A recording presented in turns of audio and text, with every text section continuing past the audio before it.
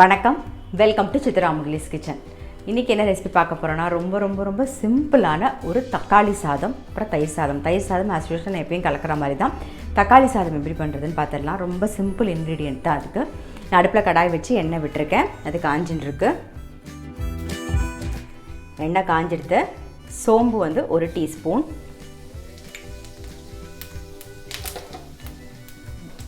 பச்சை மிளகா ஒரே ஒரு பச்சை மிளகா, இஞ்சி பூண்டு விழுது ஒரு 1/2 டீஸ்பூன், ஒரே ஒரு வெங்காயம்,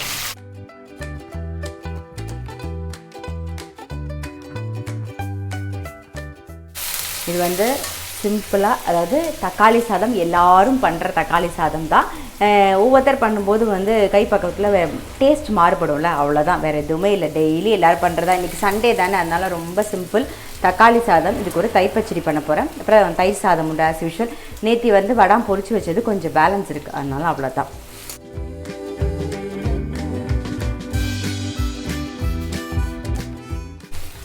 மீடியம் சைஸில் ஒரு 4 தக்காளி கட் பண்ணி வச்சுருக்கேன், அதை சேர்த்துக்கிறேன். இது கூட மஞ்சப்பொடி, உப்பு. நல்லா தக்காளி வந்து வதங்கட்டும்.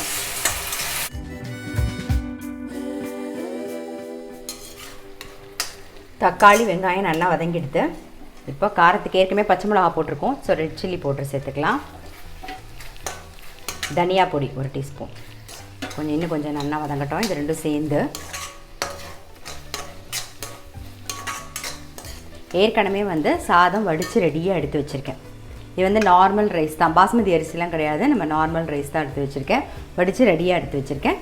தொக்கு மாதிரி ஆனதுக்கப்புறமா நம்ம இந்த சாதத்தை போட்டு அதில் கலந்துடுவோம். அதுலேயே ஏற்கனவே உப்பு போட்டிருக்கேன், அதனால் இந்த தக்காளி இதில் தொக்கில் வந்து கொஞ்சம் உப்பு பார்த்து போட்டுக்கோங்க, அவ்வளோதான். நான் கொஞ்சமாக தான் சேர்த்துருக்கேன்.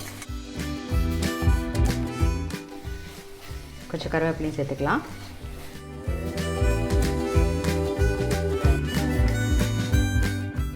அப்புறம் தயிர் சாதமும் நம்ம கலந்துக்கலாம்.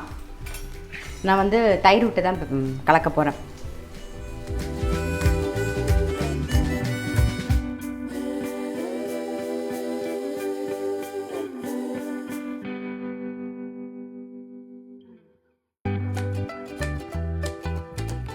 தயிர் சாதமும் ரெடி ஆகிடுது.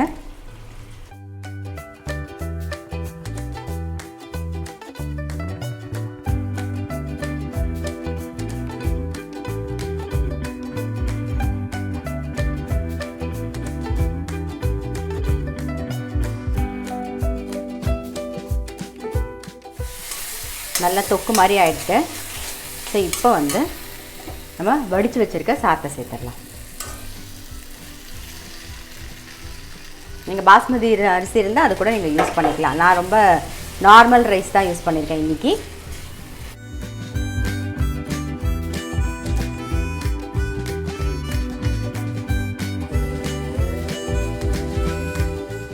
மேலாக 1 ஸ்பூன் வந்து நெய் விட்டுக்கலாம்.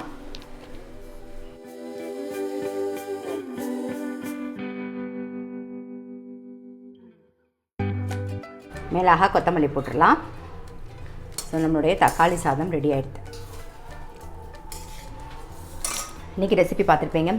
எல்லோரும் பண்ணுற தக்காளி சாதம், ரொம்ப சிம்பிளான ஒரு தக்காளி சாதம், தயிர் சாதம். அதுக்கு தக்காளி சாதத்துக்கு தொட்டுக்கிறதுக்கு வந்து தயிர் பச்சடி, அப்புறம் நேற்று வடாம் பொரிச்சது கொஞ்சம் பேலன்ஸ் இருந்தது, ஸோ அதுவும் எடுத்து வச்சுட்டேன். அவ்வளோதான். ஸோ இந்த மாதிரி தக்காளி சாதம் நீங்கள் ட்ரை பண்ணி பார்க்கலைன்னா கண்டிப்பாக ட்ரை பண்ணி பாருங்கள்.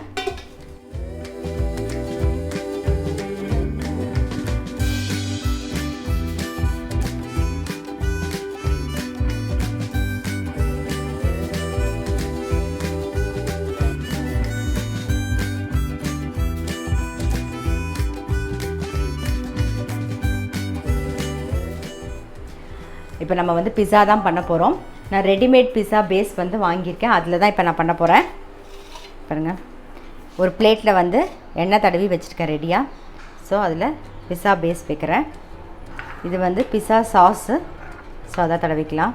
இதுவும் ரெடிமேட் தான், எல்லா கடைகள்லையும் கிடைக்கிறது.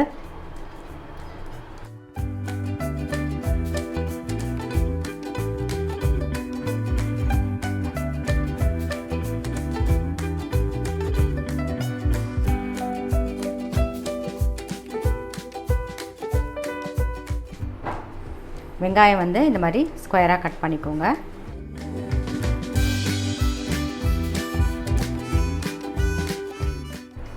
தக்காளியும் அங்கங்கே ஒன்று, ரொம்ப வேண்டாம். அப்புறம் குடமிளகா,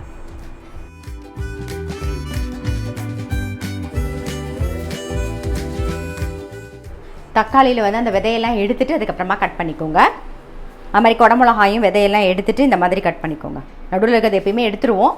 ஸோ எடுத்துகிட்டு இந்த மாதிரி கட் பண்ணிக்கோங்க.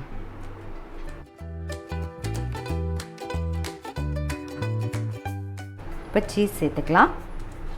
சீஸ் இது வந்து மோசரோலா சீஸு துருவி வச்சுருக்கேன், அதை சேர்த்துக்கிறேன்.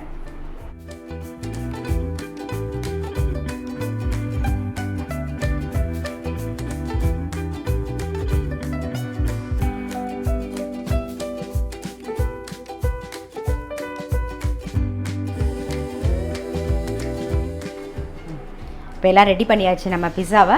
இது கடாயை வந்து ஒரு 5 நிமிஷம் முன்னாடி ப்ரீ ஹீட் பண்ணியாச்சு. இப்போ உள்ளே வச்சிடலாம்.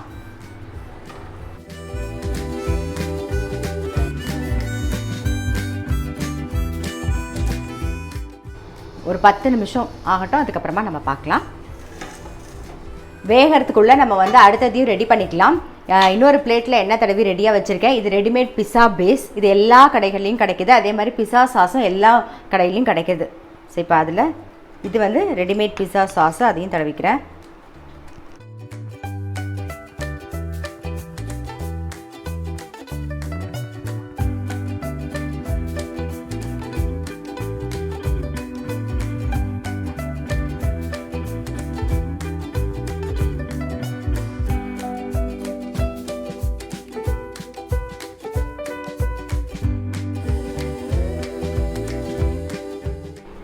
பன்னீர் வச்சுக்கலாம்.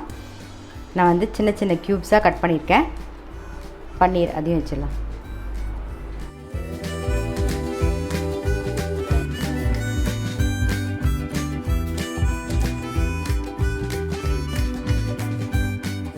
இப்போ மேலே வந்து சீஸ் வந்து தூவிக்கலாம்.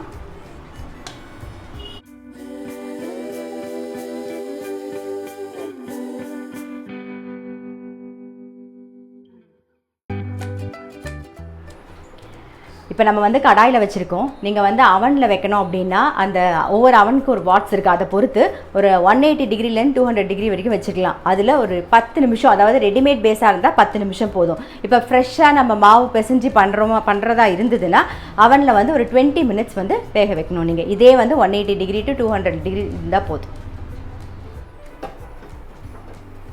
பாருங்க, 10 நிமிஷம் ஆகிடுது. நல்லா ரெடி ஆகிடுது. நம்ம எடுத்துடலாம்.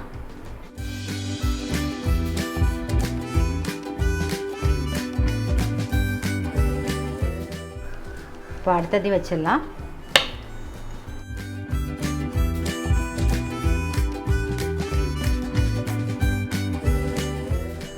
மூடி வச்சிடலாம். ஒரு 10 நிமிஷம் ஆகட்டும், அதுக்கப்புறமா பார்க்கலாம் நம்ம.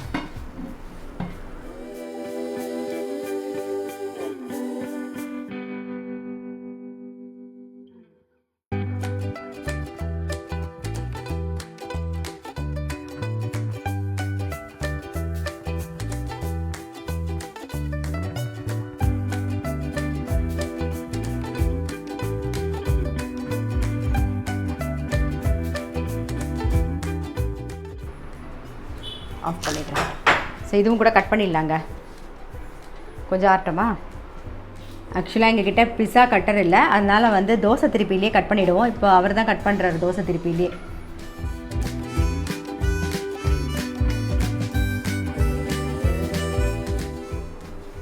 பாருங்கள், பிஸா வந்து ரெடி ஆகிடுது. இது வந்து பேஸ் வந்து ரெடிமேட் பேஸ் தான், பிஸா பேஸ். அதே மாதிரி சாஸும் ரெடிமேட் தான். ரெண்டுமே வந்து கடைகளில் கிடைக்கிது. ஸோ இன்றைக்கி ஒன்று சிம்பிளான ஒரு பிஸா ரெடி ஆகிடுது. கண்டிப்பாக நீங்களும் ட்ரை பண்ணி பாருங்கள். ஏன்னா நம்ம பிஸா பேஸ் வீட்டில் பண்ணிட்டு இருக்க மாட்டோம் இல்லையா, வாங்கினோன்னா டக்குன்னு பண்ணிடலாம்.